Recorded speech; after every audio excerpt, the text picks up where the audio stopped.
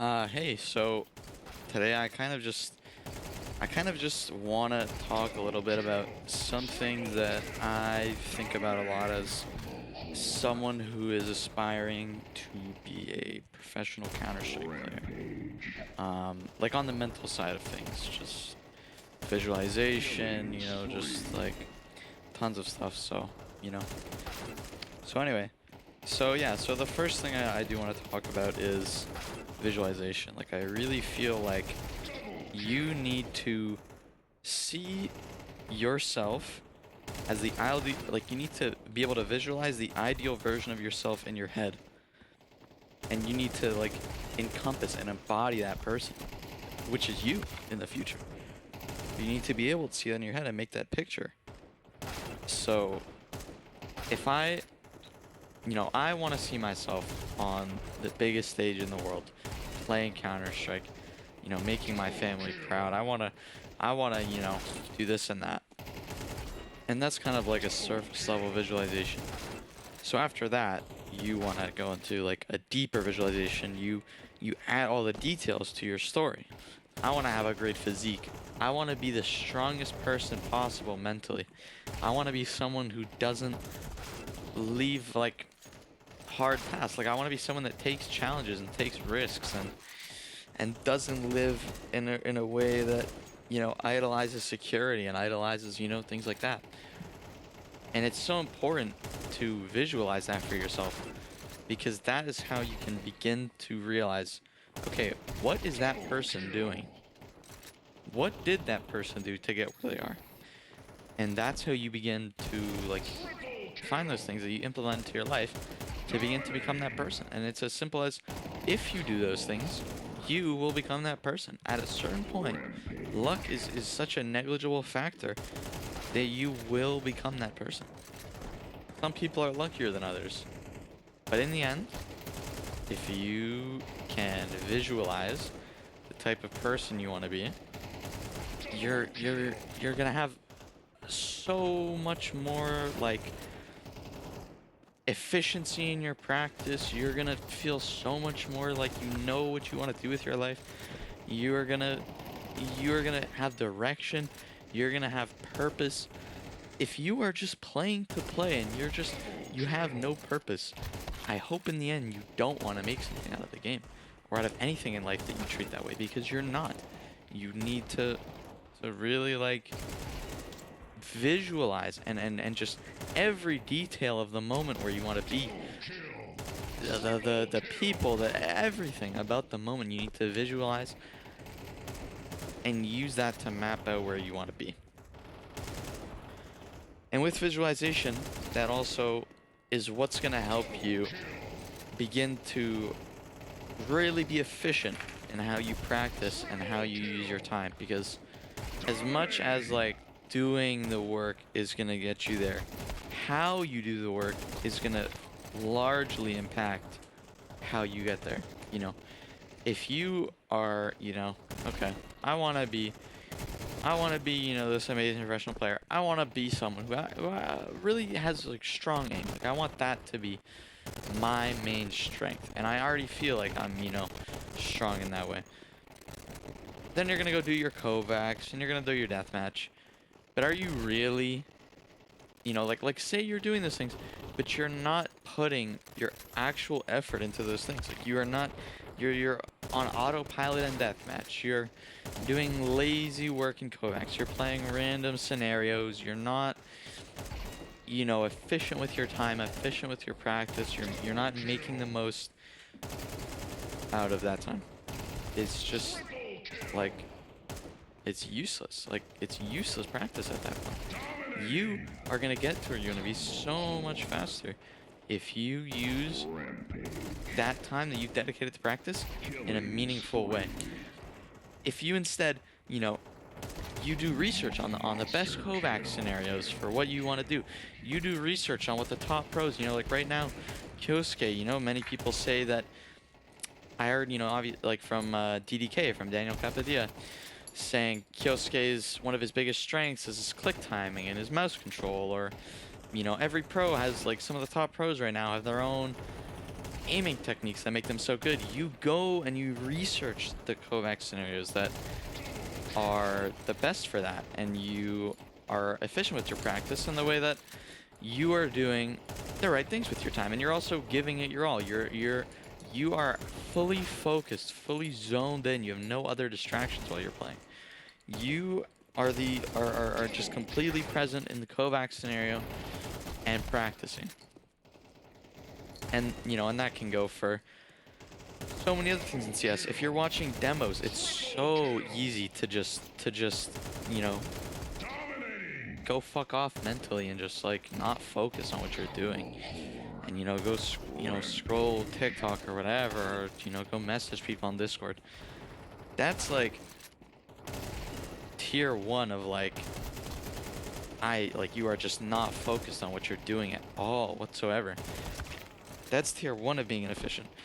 Tier 2 of being inefficient, yeah, you're watching the demo and you are not, scrolling and looking at other stuff, and you are, present in the demo, but you're not actively thinking about what you're looking for. That's tier 2 of like of a mistake you can make in that sense. You need to be watching the demo with intention. Why am I watching this demo? Before you even start it, why am I watching this demo? And when you're going into it, are you taking notes of key moments in the game, of key reactions, of why people are doing such and such? Or are you just watching and hoping you'll end up seeing? No, you need to try to actively be looking for things. And I feel like that really ties into the sort of learner mindset you need to be able to be a professional in Counter-Strike, and really in anything. How are you going to make it somewhere if you're not actively looking at the mistakes of those around you and thinking about how you can, improve upon what they're doing or avoid the mistakes they're making? Demos are a very bare bones general example. Like, you are directly looking for what people are doing that is good and what people are doing that is bad as well. Learning like, okay, what is not working for this guy? But you should be applying that in so much more than just demos. You should be applying that in, like, if I see that my ex-teammate is bad because he tends to be very emotional, or he doesn't have a good mindset, or he doesn't have a good work ethic, or he doesn't have a good this and that, you need to actively be looking for those problems and saying, I'm not going to be that person. I know this person is not the person I want to be, and I'm going to avoid being this person in X, Y, and Z way. I'm going to avoid being, someone who's emotional by, maybe I'll try to practice stoicism. I will try to be mindful. I'm no habit expert, or I'm no expert on that, but just doing things that can help you avoid, becoming the type of person you don't want to be, and realizing the type of vices that other people have and how you can avoid them. And that's really such a big strength to have. I mean, you should obviously be looking into yourself for your own mistakes, but you're only going to make so many mistakes at a time. You're only going to have so many vices, But when you begin to look to other people, what they're doing wrong, that is when you really begin to make like progress, I feel like. And obviously that applies to anything in Counter-Strike. That applies to, how you're using your time in DM or whatever. I'm telling you right now, you shouldn't make the mistake of being inefficient with your time. But that's a mistake that you could notice in someone else. If you have that learning mindset, you could notice someone is not practicing with efficiency. Maybe someone is putting themselves around people that they do not benefit from, that they are not, that don't have similar passions to them, that don't have, the same goals and mindset as them. That's a mistake that they're making, and that's a mistake that you should realize, and you should not be making that same mistake. And I mean, yeah, that just goes for so many things, I feel like. And I mean, to add to like the whole visualization thing, like I feel like if you do all of that, you can begin to create a process that will get you where you want to be. And oh, this is a good point. So you don't want to be looking at your goal, of where you want to be as your motivation. You are never going to be motivated to be that person 24/7 and be able to just do the work because that's who you want to be. If you really want to be consistent and you want to not feel like you're wasting your time and you want to be able to put in the long hours that are so difficult for so many people to put in, you need to fall in love with the process of getting to where you want to be. Not just where you want to be, the process of where you want to be. If I want to be the greatest Counter-Strike rifler of all time, and I have realized from my visualization what I need to do. I need to do, you know, minimum, you know, 600 deathmatch kills a day and have a strong Kovacs routine and be efficient with my time and everything. You know, I need to fall in love with that process. I need to adore just being in Kovacs and just shooting at thoughts. And, you know, if it's hard to like that for you, you know, find ways to incorporate things that you like into that. If you're someone that loves music, incorporate music into that.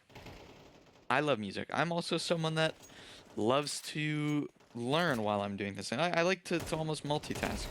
You know, as much as you should be focusing on, you know, 100% on what you're doing, I sometimes like to have, you know, a video in the background or something. That's something I'll do. But do things that will, like, fall in love with the process in whatever way necessary. Because if you don't love the process, you're never going to stick to the process, and you're never going to get to where you want to be. You're never going to be able to find your way out of plateaus and ruts, because you're never going to stay consistent enough if there's not results. You can't be result oriented. You have to just be oriented around your regimen, around your routine, and have that to push you forward. And you will get to where you want to be just simply by doing that. And it goes without saying that you can't just look to other people to find validation in what you're doing. You need to be able to validate yourself. You can't need someone to tell you, yeah, you're doing a good job, right? Like that's great. That's always amazing to have. But you can't survive off that. You can't just go to everyone and say, hey, look what I'm doing. Oh my god, you know, I don't know if I should do this today. Like, what do you guys think? And, you know, like, look for people to, you know, tell you to do things, and you know, look for people to say, wow, you're doing such a good job, like you're such a hard worker. No, you need to do that yourself for a long time sometimes before you will get any sort of recognition. Everybody wants recognition.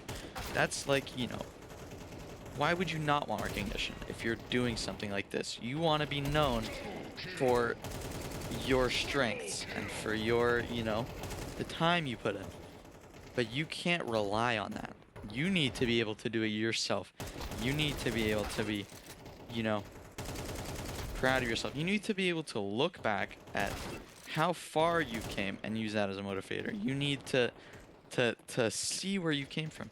If you know, were like, okay, so for me, so earlier, like mid to late 2024, fall months of this time of 2024, I was like, I wasn't even face at level 10. I was like face at level 9, like battling to get out of the ruts. I was like, what am I doing wrong? How am I, like, you know, so bad? Like I used to be better, like I was, you know. And now, not even a year later, you know, I hit 3200 elo, or 3100 elo. I, you know, made it to advanced. I've made so many great connections, like networking wise. I've, you know, put myself out there. I've done all this stuff. And it's so easy, even though you've made it so far, to feel like, wow, like I'm so far behind. Like, am I ever really gonna be able to improve? Like, am I wasting my time here? Like, I'm not seeing any progress. But look back to where you were. I was at the start of the year. The goals that I made for the end of this year, I was hitting in April. But in April, when I hit those goals, I was great. But then you know, a month or two later, I was like, why am I not improving? Why am I not seeing progress? And it took looking back to where I was before to push myself to keep going, you know, to give myself a reason to keep going. And you know what? It's also like there's a level of professionalism that's demanded from you if you want to do anything at the highest level. Like, it's great to see all these arrogant people like, you know, Ronaldo. You know, he's fucking huge egos, shitting on everyone, you know, because he's just that good. But you need to really like foster like a good like you need to be a good person to be around. Like, that is such an underrepresented like thing in anything. And you know, that's not to say I'm so great of a person. I'm sure so many of my ex-teammates have, you know, problems with me. But you need to do everything in your power to be the type of person that you would want to be around, and be someone that people are, you know, people that are below you can look up to as a good role model, and people that are above you can say, wow, this person is really, you know, he is putting in the work, and he is like a genuinely good like teammate in person.